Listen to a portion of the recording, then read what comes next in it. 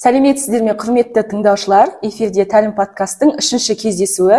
Бүгін бізде қонақта Сенім мен Болашақ Республикалық қоғамдық бірлестігінің Павлодар облыстық филиалының басшысы Хызыр Жанарыс ағамыз.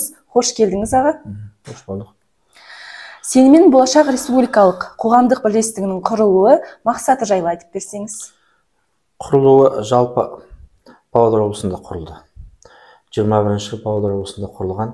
Негізгі бас құрылтайшысы Түркістан облысының тумасы, Астана қаласында тұрады. Кәсіпкер адам, кәсіпкер, қазақтың азаматы.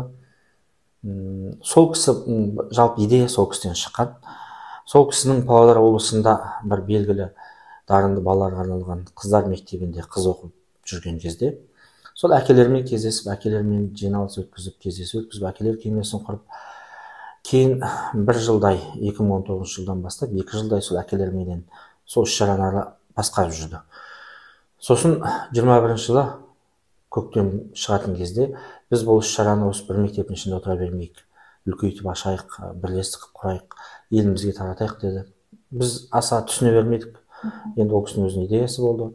Сонымен жақсы министрлікке өтініш жазып, сонымен жалпы 10 адам өтініш жазып, құрылтайшы, бас құрылтайшы Бүркен Асанов деген жігіт, сол кісінің бастамасымен құрылды 21 жылы.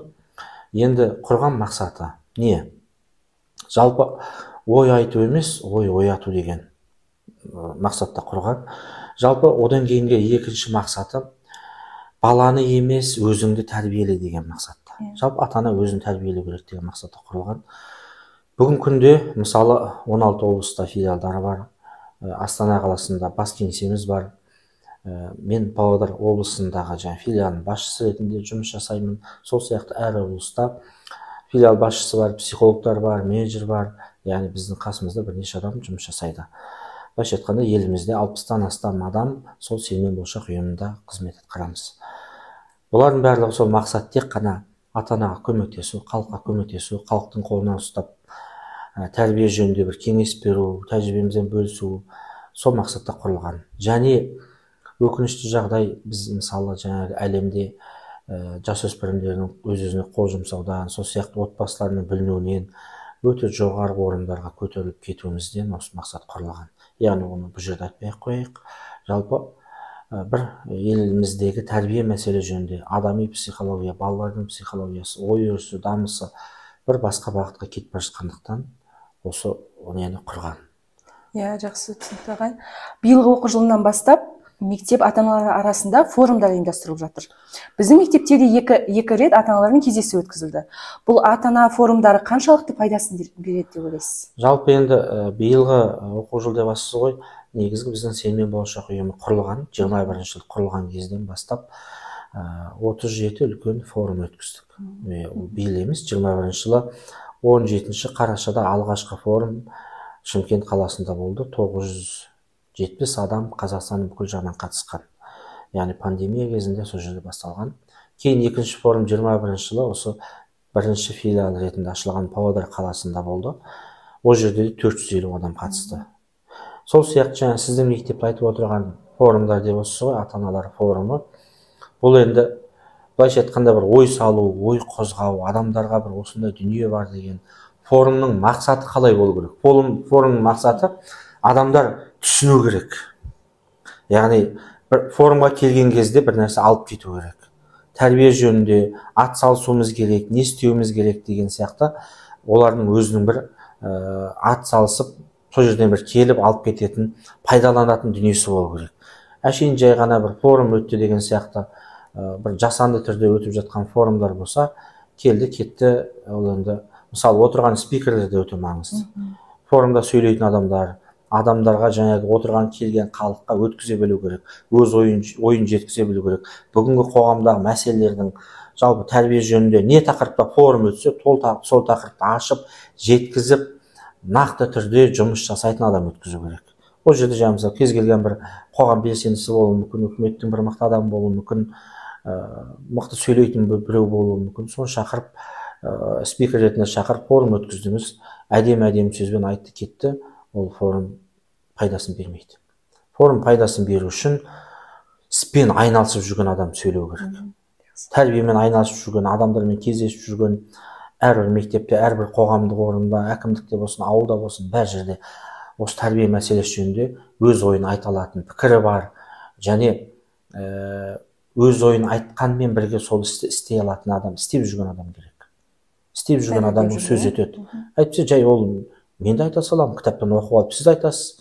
ютубта толып тұр, форумда не керек, қандай тақырып, кез келген тақырыпты жазсаң бәрі шығады, қай тілде сұрасаң сол тілде шығады.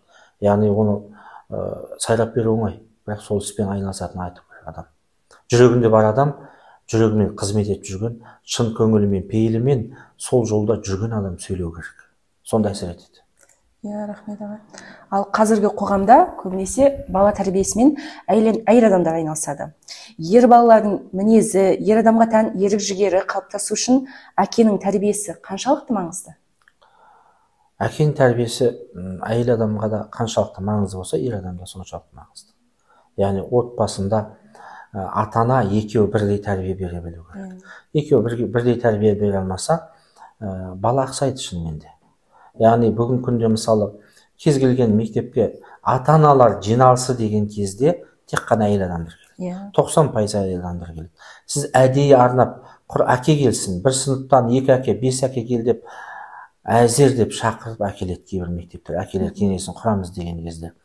Сондықтан әкелер шын көңілмен қарағанда былай ғой енді. Мен жұмыс істеп жатырмын, баламды асырадым, қақтым, отбасымды бағып жатырмын, ақшасын тауып жатырмын, киіндірдім, оқуына жібердім, ақшасын төледім, бәрі мүмкіндігін жасап бердім. Енді маған не деген сияқты әкенің міндеті болып тұр ғой. Менің жұмысым бар деп айтады. Бәрінің де жұмысы бар, біздің де жұмысымыз бар. Бәр адам, бәр әкенің, бәр азаматтың жұмысы бар. Бірақ сол жұмыстан уақыт ала білу маңызды. Уақыт шығарып бөліп келу керек. Өтініш жазу керек басшысына. Мен осындай күн баламның мектепте жиналысы бар, қатысуым керек деген. Егер өтінішке жауап бермесе, сол жұмыс орны жібермесе, онда бізге хат жазсын. Біз қызметтік хат жазамыз да, кез келген білім басқармасы болсын, кез келген әкімдік арқылы ол адамның жұмысынан сол сағатқа рұқсат алып бере аламыз.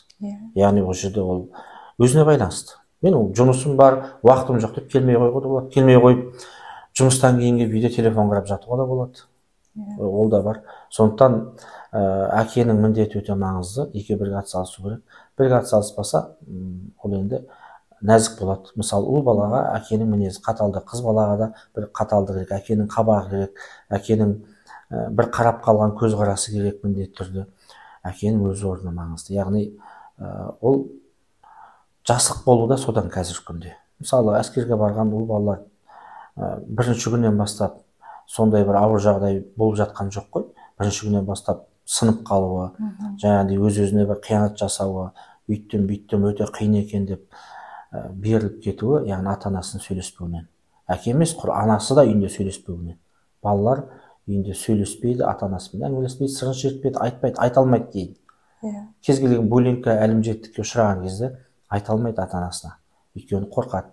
Ертең ата-анам не болады, олар не істейді, мен үйту мүмкін, бүйту мүмкін, немесе ата-анам барып ана жаққа айтса, олар мені онан арман қинауы мүмкін деген сияқты. Өйткені ол ата-анасымен сырласпағаннан кейін. Бүгінгі күнде ата-анасы сырласа алмайды, өйткені бала сырлауға көнбейді. Бүгінгі балалар сырласуға көнбейді. Бүгінгі балалар сол әлеуметтік желінің ішінде. Сол жерде жан сырмен бөліседі. Ата-ана да соның ішінде. Бүгінгі жастар, бүгінгі балалар сол әлеуметтік желінің ішінде өзінің арманын содан іздейді. Өзінің болашағын содан іздейді. Өзінің болашақ бағдары, достарын содан іздейді. Сіз қазір балаңыздың қолында телефонды бір рет айттыңыз, 2 рет айттыңыз. Енді келіп тыңдамаған кезде күшпен алып қойсаңыз, не істейді? Жылап шыға келеді. Жылайды, сізді жек көреді. Ана телефоннан гөрі сізді жек көреді. Не деген қиын адам менің анам дейді. Сондықтан оның тіл табысу керек, сөйлесу керек. Ата-ана сөйлеспегеннен жаңағы әкенің де әсері тиеді, ананың да әсері тиеді. Түсінікті, жақсы ағай. Бізде сіз бүгін әкелермен кездесуге келіп отырсыз. Бұл кездесудің мақсаты қандай, әрі қарай қандай жұмыстар атқарылады? Жалпы енді мақсаты қандай дегенде сіздер қандай мақсат құрғандарыңызды білмеймін мен. Бірақ негізгі біздің мақсатымыз әрбір мектепте ата-анамен кездескен кезде, әкемен жеке кездескен кезде, әкелермен тұрақты түрде жұмыс жасауға біз тырысамыз. Мысалы, әкелермен танысамыз, олардың аты жөндерін бәрін, нөмірлерін бәрін алып тіркеп, өзіміздің сенім мен болашақ ұйымына егер бізге қабылдаса мүшелікке тіркейміз. кейін сосын телеграм каналға қосуымызға болады. Тұрақты түрде жұмыс жасау мақсатында біз қызмет жасаймыз. Мысалы кез келген мектепке барған кезде анда барып кетті, мында барып кетті, 18-ші мектепке барыпты, 11-ші мектепке барыпты деп, яғни бір бүйтіп жаңағы таудың басын шалып жүрген бір бұға емеспіз біз. Қайта айланып келу мақсатында. Бірінші танысамыз, көздесеміз, көреді. Өйткені осы жердегі оқу орнының басшылары, тәрбиешілері, мұғалімдер, сынып жетекшілері қатысу керек. Олар қатыспайынша, олар түсінбейінше, мектеп басшылығы түсінбейінше, маңызды дүние екен, біздің айтатынымыз не екенін ұқпайынша ол өтпейді. Және біздің бүгінгі әрбір кездесуіміздің мақсаты ол тұрақты байланыс ұстау. Тұрақты байланыс ұстап, яғни өзімізбен бірге жұмыс жасауға тарту. Біз қоғамдық бірлестікпіз, мысалы. Ата-аналар қоғамдық бірлестігі. Сенімен болашақ ұйым, иә?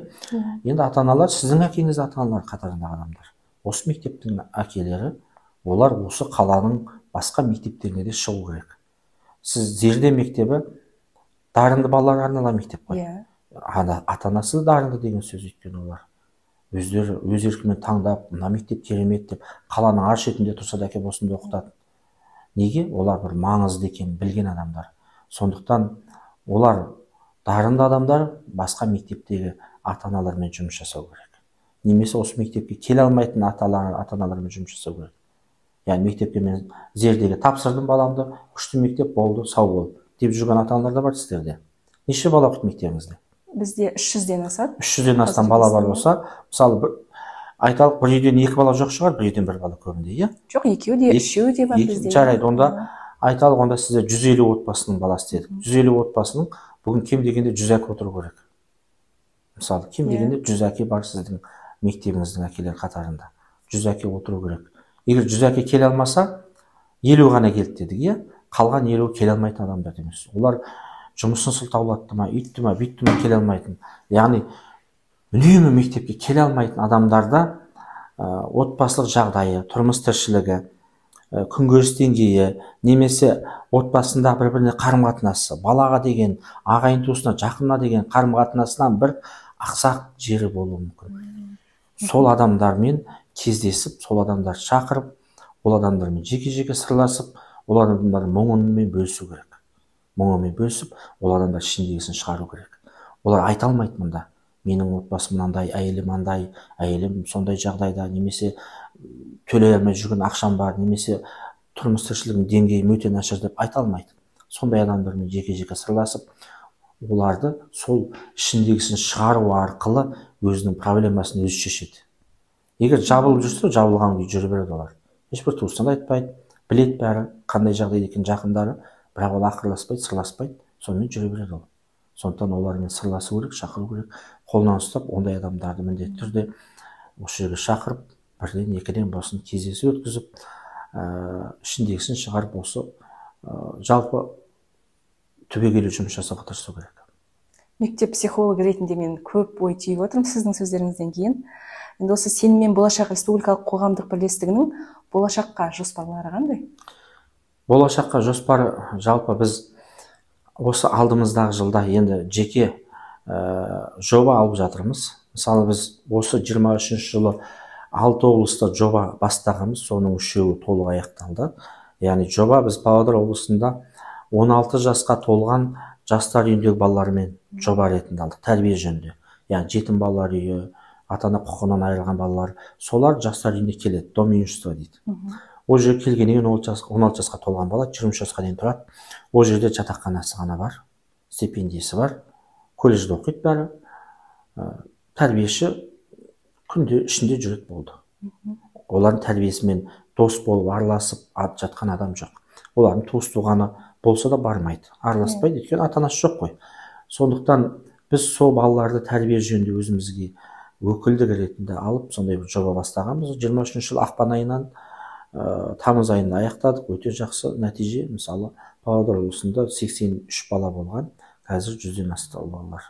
Яғни сондай жоспарларды келешек осы алдымызда 24 жылға да әр облыстан бір сондай жоба алып жатырмыз.